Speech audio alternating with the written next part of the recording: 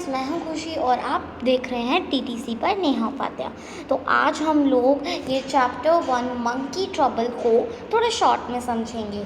ये बहुत ही ज़्यादा अच्छी स्टोरी है और आपको पता है मेरे को स्टोरी पढ़ना बहुत अच्छा लगता है। तो चलिए इस वीडियो को स्टार्ट करते हैं। तो एक बार की बात है, ग्रैंडफादर है ना टूटू को लाया। टूटू एक है ना वो थी, क्या बोलते हैं, मंकी। हाँ, she was a female monkey. So वो स्ट्रीट एंटरटेनर से लाया 10 रुपीज़ में। तो स्ट्रीट एंटरटेनर के पास मेनली 3 मंकीज थे, जिसमें से ये सबसे छोटी थी। और आपको एक बात बताऊँ, वो सबसे ज़्यादा शैतानी करती थी। तीनों से कंपेयर करें तो सबसे ज़्यादा शैतानी करती थी। और ये ग्रैंड मदर को पता नहीं था। तो है ना, ग्रैंड मदर ने फिर भी रिफ्यूज़ कर दिया कि आप मंकी नहीं लाएंगे, क्योंकि इनके पास बहुत सारे पेट्स थे। अब आपको बताऊँ कौन से पेट्स थे? वो थे बहुत सारे गोट्स, बहुत सारे white mice and small tortoise. तो ग्रैंडफादर के पास मतलब एक हॉबी थी कि है ना, एनिमल्स को पाले हुए, ये अच्छी हॉबी होती है। इवन मेरे को भी अच्छे लगते हैं एनिमल्स, आई थिंक आपको भी अच्छे लगते होंगे। बिकॉज मेरे को सबसे ज़्यादा डॉग अच्छे लगते हैं, because he is very faithful towards humans. ठीक है। तो उसके बाद हम लोग दादाजी ने जो कहा था ग्रैंडफादर ने, उस पर चलते हैं। सो ये हमारा है पेज नंबर 3।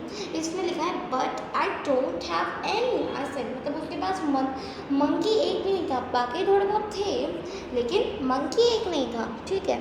उसके बाद you mischievous enough for 2 monkeys, यानी कि जो ग्रैंड मदर थी ना, उन्होंने बोला कि तुम मिस्चीवियस मतलब इतने सारे एनिमल्स को पालते हो तो तुम खुद ही मिस्चीवियस हो। इनफ दैन 2 monkeys, 2 monkeys से भी ज़्यादा मिस्चीवियस हो तुम तो, ऐसे ग्रैंड मदर ने ग्रैंड फादर को बोला। तो एक बॉय हाउस में one boy in the house is all one I can take, मतलब उस हाउस में एक बॉय था। तो है ना, उसी को संभालते संभालते थक जाती थी।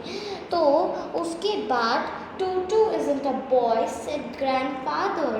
तो ग्रैंडफादर ने कहा टूटू कौन सा बॉय है, ये तो लिटिल गर्ल मंकी है। तो ग्रैंडफादर ने ये कहा, तो उसके बाद ग्रैंड मदर गिव इन कर दी। गिव इन मतलब एक्सेप्ट कर दी कोई चीज़, लेकिन आर्ग्यू करके, मतलब कि accepted something she had not agreed at the first. She always wanted a girl in a house.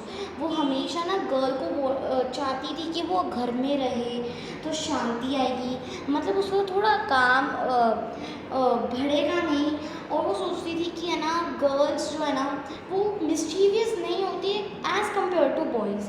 तो Tutu was going to prove her wrong, क्योंकि जो स्ट्रीट एंटरटेनर के पास 3 monkeys थे, उनमें से सबसे ज़्यादा तो ये गर्ल ही थी मिस्चीवियस।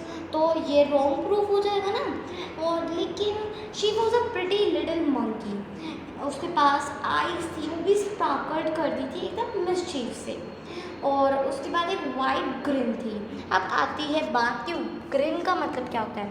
तो ग्रिन का मतलब होता है big smile, usually in baring teeths.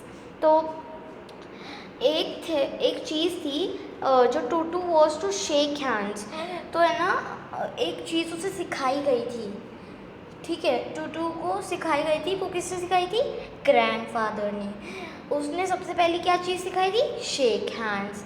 And she insisted means demand something peacefully on doing this with all who visited the house.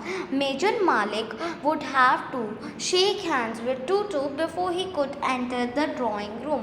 मतलब कि जो मेजर मालिक था, एक मालिक था वो, तो है ना, उसे पहले हैंडशेक करना पड़ता था टूटू से, तभी वो घर के अंदर घुस सकता था, मतलब ड्राइंग रूम के अंदर घुस सकता था। नहीं तो टूटू उसके ऊपर चढ़ जाता और है ना उसके शोल्डर पे बैठा रहता और उसके बालों के साथ खेलता। तो वो बालों के साथ खेलता, उसके साथ साथ वो मुस्टैचो यानी कि उसकी मूंछों के साथ भी खेलता। और जो टूटू की टेल थी ना, वो as a third hand work करती थी। ठीक है। और ग्रैंड फादर का मानना है कि एक एनिमल में अगर टेल होती है ना, वो थर्ड हैंड का वर्क करती है और एक अच्छा सा लुक लाती है। है ना। तो aunt Ruby had not informed as the arrival, मतलब कि आंट रूबी थी एक आंटी जो कि इन्फॉर्म बिल्कुल नहीं थी कि Tutu will come really.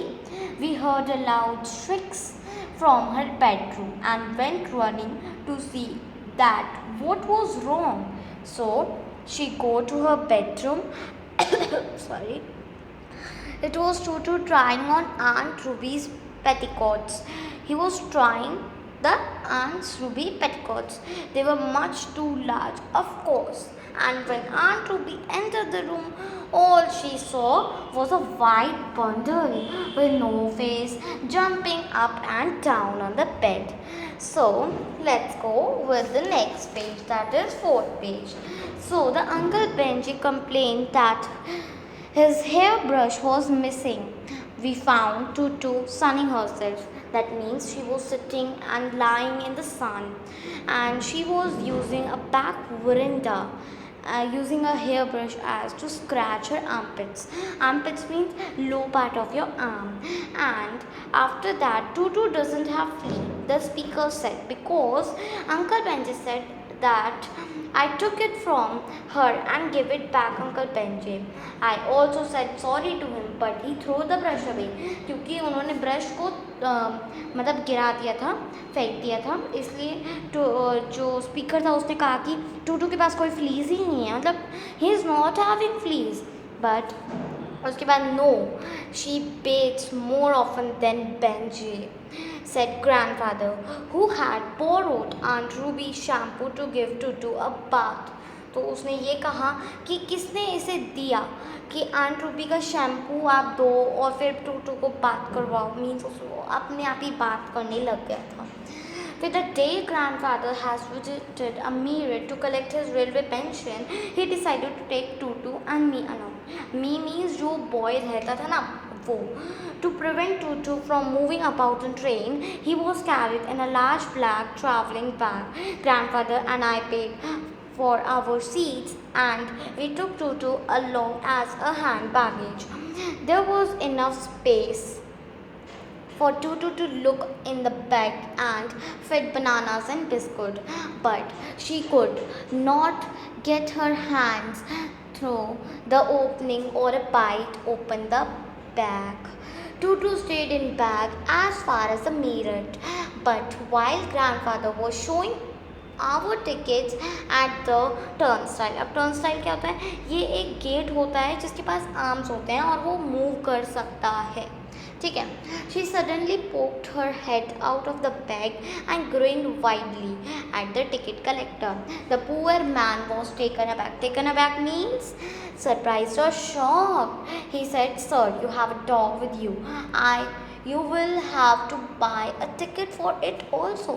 So grandfather replied that it's not a dog. Innocently मतलब शॉक भी था वो और एंग्री भी था, एक साथ जो दो फीलिंग होती है ना, शॉकी और एंग्रीली की, तो ये होती है इनिजेंटली की meaning. This is a baby monkey and there is no charge. So this is the last page, right? This is a page number 5 of this chapter. It's a big cat, said the ticket collector. Cats and dogs have been paid for. Grandfather took Tutu out of the bag. He tried to argue that a young monkey was not same as a dog or a cat, but all of it was in vain. In vain means useless to the ticket collector. Tutu was the same, a dog. So grandfather had give up and paid 5 rupees extra. Then grandfather just to get his own back. To get his own back means to teach the ticket collector a lesson for being unfair. Took from his pocket an small tortoise that he sometimes carried about and said, "And what I must pay for this?" The ticket collector looked closely at the tortoise and punished it was his forefinger. Then he gave grandfather a triumphant look. Triumphant means happy and proud because he is right, he know that. Looked and said, no charge, sir. It's not a dog.